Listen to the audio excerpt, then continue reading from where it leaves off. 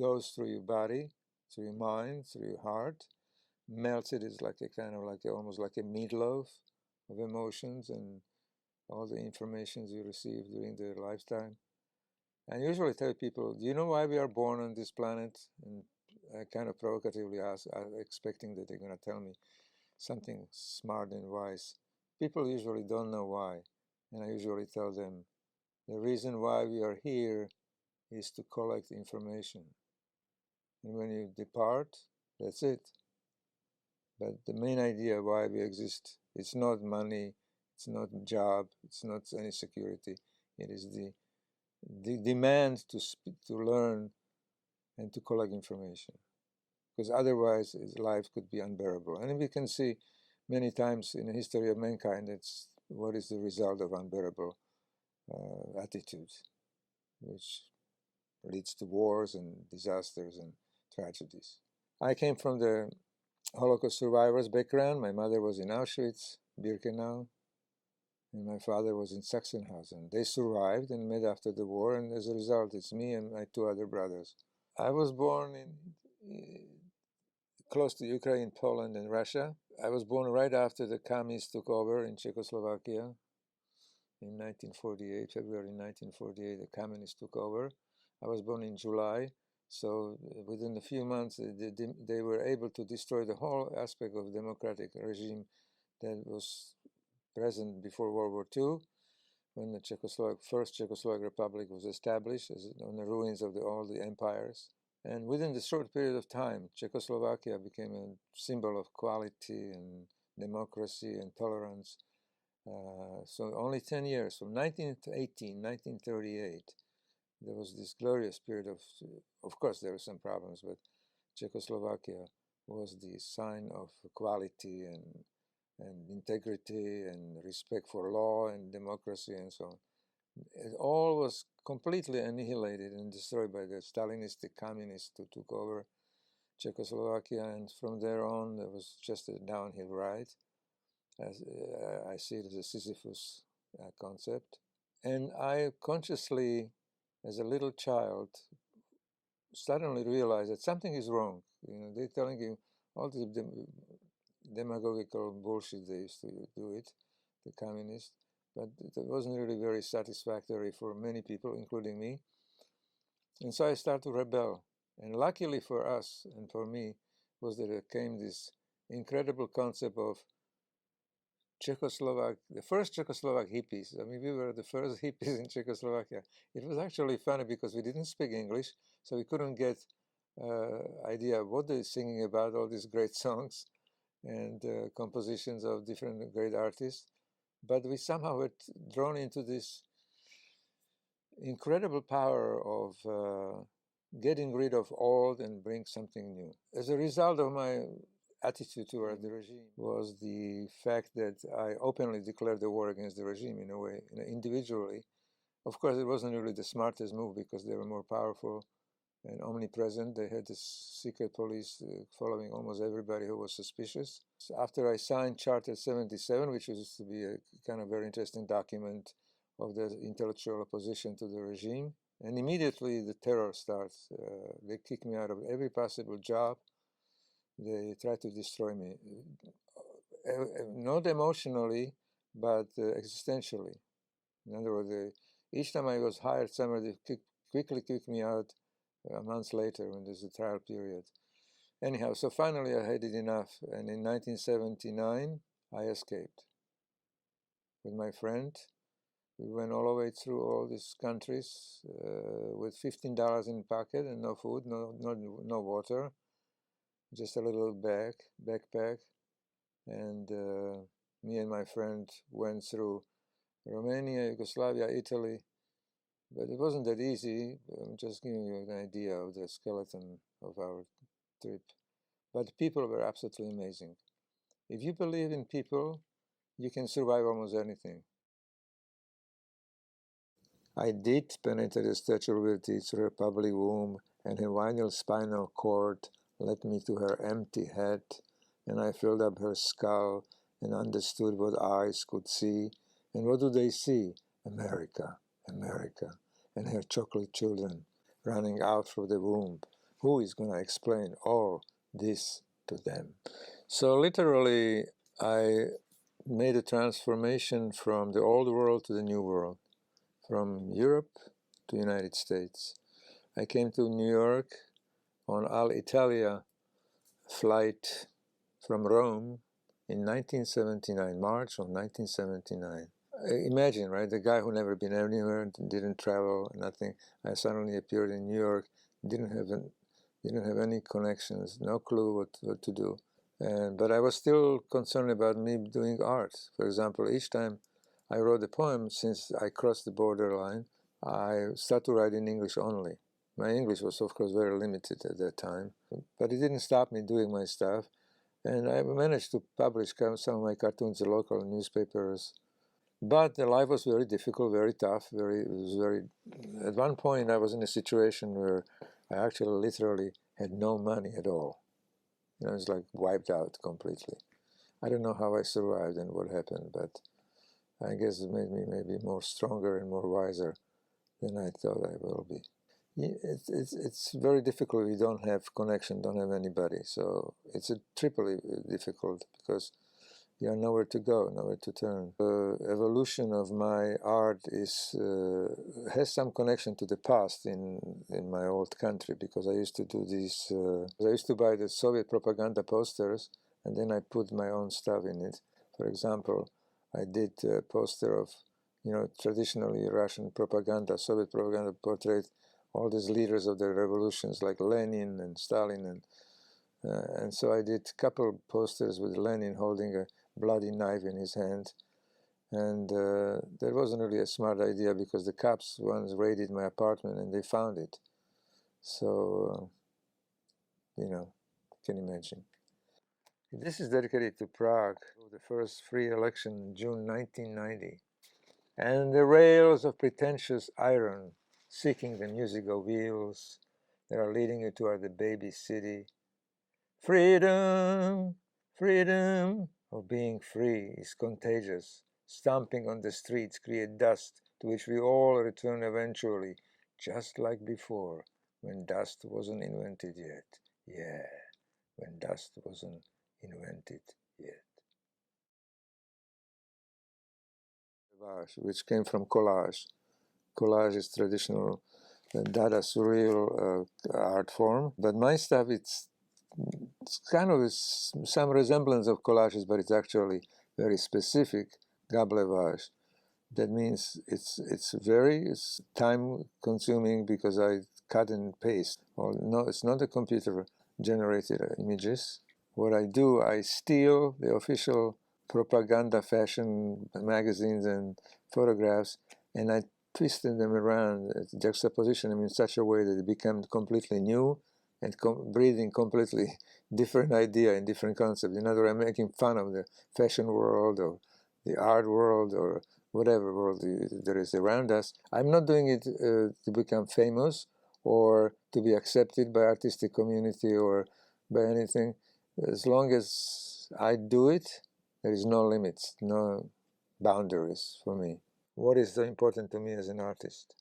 And it's few things. Total freedom, and if they don't give it to you, you fight it to get it back. Integrity, moral and ethical integrity, you don't betray. I saw you jumping from the 100th floor, no face on your body and no ground below. I said to my body, look, the angel season is here again, when we deserve it the least. For how can you tame an invisible beast? The drums are beating faster and take out the best, while everyone stands by and lay them to rest. The skies close their eyes, sensing an error. All what you've got for your birthday was ever-present terror. Twisted killers mixing with bent people already gone. Isn't it strange you can talk to the stone? For how can you tame an invisible beast when all it wants is bloody feast? I saw you jumping from the 100th floor, no face on your body and no ground below. This poem called The Twin Blues is actually immediate reaction, emotional and otherwise. It's a very heartbreaking poem because I was here when it happened, and I saw the small plane first and the smoke. I mean, I thought it's a small plane when it happened. Then I went to the office where I used to work and put on the TV, and we all gathered and watched this horrible, almost unbelievably vivid picture of these two mighty towers going down. So this is a direct result of that tremendous tragedy, this poem. In a way, it kind of confronted me with the questions about the human existence.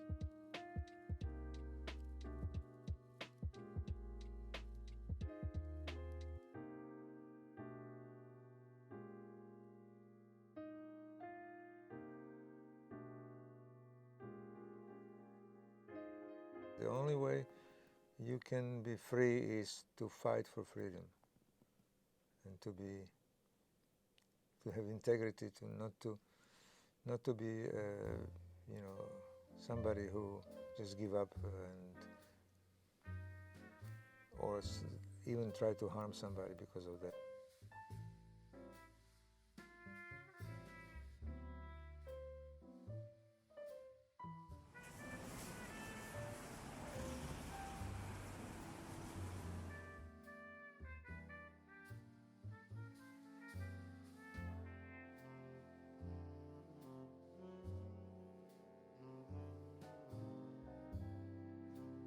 After World War I, there was a great period of artistic activity because of the catastrophic results of the horrible carnage during the World War I. So in Café Voltaire in Zurich, lots of intellectuals were having good time drinking and having affairs, and they established called Dada movement. Nobody knows what Dada means. In Russian, Dada means yes, yes, but it wasn't really their intention. And Tristan Tzara, Picabia, and Duchamp, and Man Ray, and they all gathered, and there was an incredible, powerful explosion of creativity and new visions. So I still go back, even though it sounds like it's strange that in 1918, but I think after 1918, there is no art or artist on this planet that would be free of that influence. Whether they're abstractionist and pointillistic or conceptual, it's always there, Dada and surreal.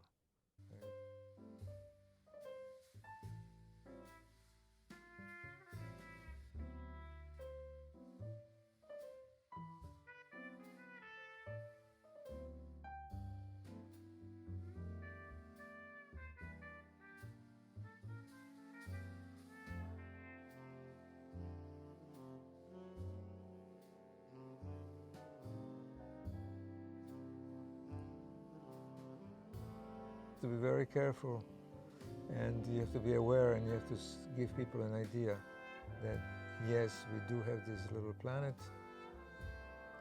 and don't fuck it up, because otherwise, what is the option? You can't move to other planets because there's no life there, as we know it, of course.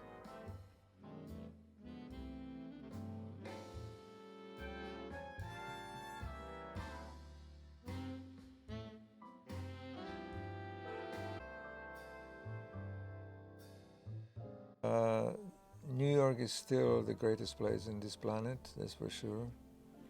Even though I have second thought about me being here for so long, that each time I travel back to my old country, because I have a dual citizenship, all my family members and my ex-wife and my son, they always ask me, so when are you coming back? I said, back where? Where do you want me to go?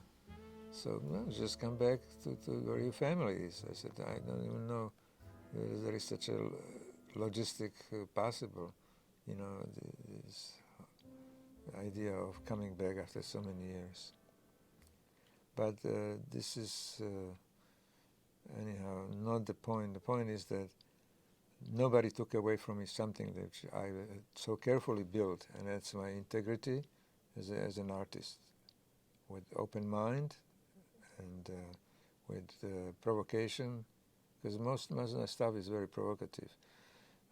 Especially you can see it on Gablevages.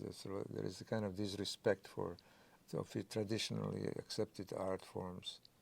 So what I'm trying to do with my art is to kick people in their tuches, in their ass, so they can, wake up, or they can say, oops, maybe there is something in it, more than that we thought. So 1,200 images, it's a total insanity. Even if we would like to have a show, you wouldn't have enough space to put them, because there are so many, and many of them are, of course, specific, but most of the time it's like provocative, and it gives me tremendous satisfaction that I can do that.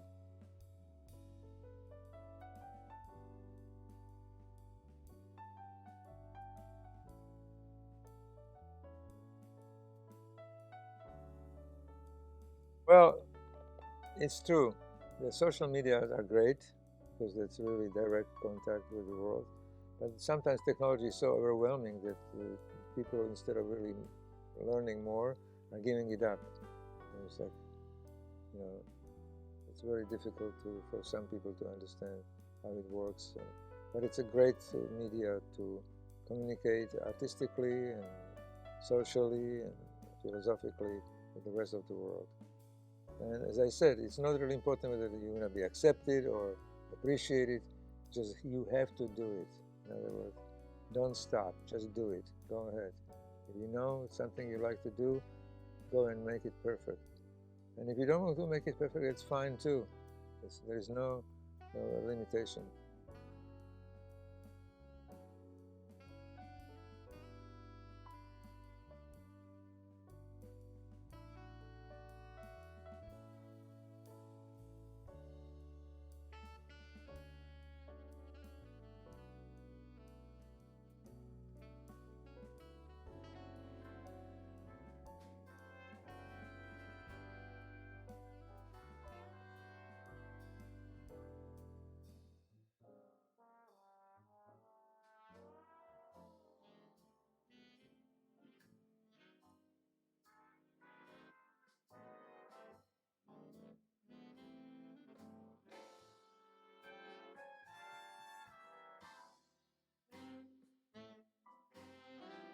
Difficult to be nihilistic about today's life, because it's so essentially so threatening.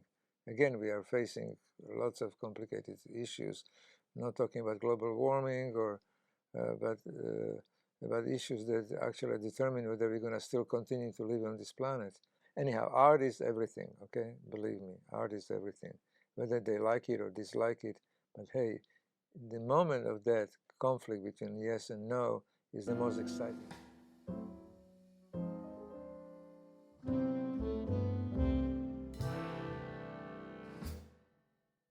Only Gablevages. That's it.